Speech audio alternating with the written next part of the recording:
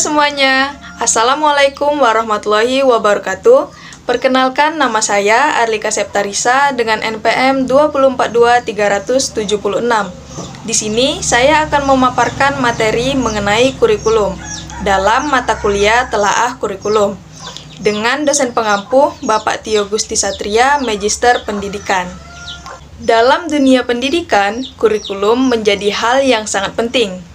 Tanpa adanya kurikulum yang tepat, para peserta didik tak akan memperoleh target pembelajaran yang sesuai. Seiring berkembangnya zaman, kurikulum di dalam dunia pendidikan pun terus mengalami perubahan. Semuanya disesuaikan dengan kebutuhan peserta didik di eranya masing-masing. Dengan penyesuaian tersebut, diharapkan para peserta didik dapat menyesuaikan diri dengan baik di masyarakat kelak. Nah, bagi kita yang bergelut di dunia pendidikan, tentu harus memahami seluk-beluk dari kurikulum. Selanjutnya, saya akan menjelaskan pengertian kurikulum. Simak lebih lanjut. Kurikulum secara umum adalah rencana dan pengaturan yang berisi tujuan, isi, dan bahan pelajaran. Kurikulum juga dapat diartikan sebagai perangkat mata pelajaran yang harus diikuti siswa untuk menyesuaikan pendidikannya. Jika dilihat secara etimologis, kurikulum berasal dari bahasa Yunani, yaitu kurir yang berarti pelari, serta curire yang berarti tempat berpacu. Dulu istilah ini dipakai dalam dunia olahraga. Kemudian, istilah kurikulum tersebut diadaptasi dalam dunia pendidikan. Jadi, pengertian kurikulum dalam dunia pendidikan yaitu sekumpulan mata pelajaran yang harus ditempuh dan dipelajari oleh peserta didik supaya mendapatkan ijazah dan penghargaan. Nah, di sini saya akan menjelaskan pengertian kurikulum menurut para ahli. Menurut Profesor Dr. Syamruddin Nasution, dalam bukunya yang berjudul Kurikulum dan Pembelajaran, ia menyatakan bahwa kurikulum adalah serangkaian penyusunan rencana untuk melanjutkan proses belajar mengajar. Adapun rencana yang disusun tersebut berada di bawah tanggung jawab lembaga pendidikan dan para pengajar di sana.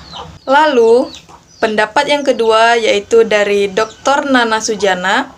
Dalam bukunya yang berjudul Pembinaan dan Pengembangan Kurikulum di Sekolah, pengertian kurikulum adalah kumpulan niat dan harapan yang tertuang dalam bentuk program pendidikan yang kemudian dilaksanakan dan diterapkan oleh guru di sekolah yang diselenggarakan.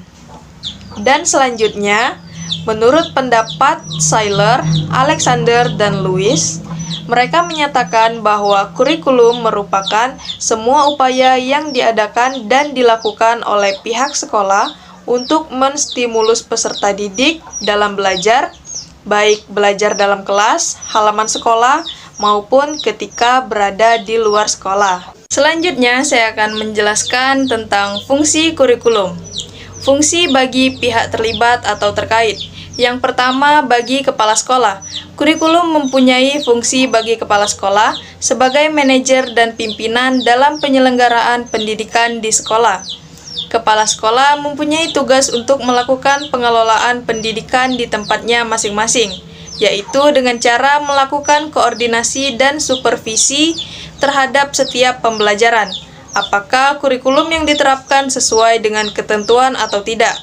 Yang kedua, bagi guru mata pelajaran. Bagi setiap guru mata pelajaran, kurikulum memiliki fungsi sebagai pedoman dalam melaksanakan pembelajaran di dalam maupun di luar kelas. Sebab, setiap pembelajaran tersebut menjadi tugas dan tanggung jawab setiap guru mata pelajaran. Yang ketiga, bagi peserta didik. Dalam proses pendidikan, peserta didik adalah pusat perhatian dari setiap pembelajaran. Maka dari itu, kurikulum berfungsi untuk menjadi acuan para siswa mengenai apa saja program pendidikan yang harus dipelajari dan dipahami, serta apa saja target pembelajaran yang harus mereka capai di setiap jenjangnya. Dan yang terakhir, bagi orang tua dan masyarakat. Meski tidak terlibat dalam pembelajaran secara langsung, namun orang tua mempunyai peran penting bagi keberhasilan peserta didik. Dalam hal ini, mereka akan menerima hasil dari proses pembelajaran yang telah dilakukan di sekolah. Jadi, capaian siswa terhadap setiap pembelajaran yang akan dilaporkan kepada orang tua juga tak lepas dari adanya kurikulum. Baik, selanjutnya saya akan menjelaskan 11 kurikulum yang pernah ada di Indonesia. Kurikulum yang pertama itu ada Rencana Pelajaran tahun 1947. Sesuai namanya, kurikulum ini lahir pada tahun 1947. Kurikulum yang juga dikenal dengan istilah Rencana Pelajaran 1947 ini lebih fokus pada pembentukan karakter yang merdeka dan berdaulat dalam rangka upaya menjajarkan bangsa Indonesia dengan bangsa lain di dunia. Pada masa itu, konstelasi politik cukup kental, sehingga menjadikan perubahan arah pendidikan Indonesia cenderung bersifat politis. Lalu, kurikulum yang kedua ada Rencana Pelajaran Terurai tahun 1952. Sebagai upaya penyempurnaan kurikulum Rencana Pelajaran 1947. Pemerintah membuat Rencana Pelajaran Terurai 1952 yang mengusung konsep tematik sebagai ciri khasnya. Dalam kurikulum ini, rencana pelajaran yang akan dijajarkan kepada siswa diwajibkan memperhatikan isi pelajaran dengan menghubungkan pada konteks kehidupan sehari-hari. Kemudian ada kurikulum yang ketiga, yaitu kurikulum rencana pendidikan. Kurikulum ini lebih menitikberatkan pada pengembangan moral, kecerdasan, emosional atau artistik, keterampilan, dan jasmani, yang disebut sebagai pancawardhana. Hal ini merupakan perwujudan konsep pembelajaran aktif, kreatif, dan produktif. Yang keempat, ada kurikulum tahun 1968. Kurikulum ini difokuskan pada upaya mempertinggi mental, moral, budi pekerti, dan keyakinan beragama. Hal ini dicirikan dengan istilah correlate subject curriculum, yakni materi pada jenjang pendidikan rendah memiliki korelasi untuk jenjang pendidikan selanjutnya. Yang kelima, ada kurikulum tahun 1975. Dalam kurikulum ini dikenal istilah PPSI, yakni Prosedur Pengembangan Sistem Instruksional, yang merupakan perwujudan dari metode materi dan tujuan pengajaran. Dalam kurikulum ini, para guru cenderung disibukkan dengan narasi rinci setiap aktivitas pembelajaran. Yang keenam, ada kurikulum tahun 1984. Kurikulum ini menitik beratkan pada upaya menjadikan para siswa lebih aktif belajar. Maka dari itu, dikenal istilah CBSA, yakni cara belajar siswa aktif. Dalam kurikulum ini, di antara pelajaran tambahan, pada kurikulum yang membagi mata pelajaran menjadi program inti dan program pilihan sesuai minat dan bakat pada SMA, yakni Pendidikan Sejarah Perjuangan Bangsa atau bisa disebut PSPB. Kemudian ada kurikulum yang ketujuh, yaitu kurikulum tahun 1994. Kurikulum ini dibuat dengan memadukan kurikulum-kurikulum sebelumnya. Modifikasi yang dilakukan pada kurikulum ini adalah sistem pembagian waktu pelajaran dari semester ke caturwulan. Perubahan lain diantaranya yaitu istilah SMP diubah menjadi SLTP, yaitu Sekolah Lanjutan Tingkat Pertama. SMA menjadi SMU, yaitu Sekolah Menengah Umum. Lalu ada kurikulum yang ke-8, yaitu kurikulum tahun 2004.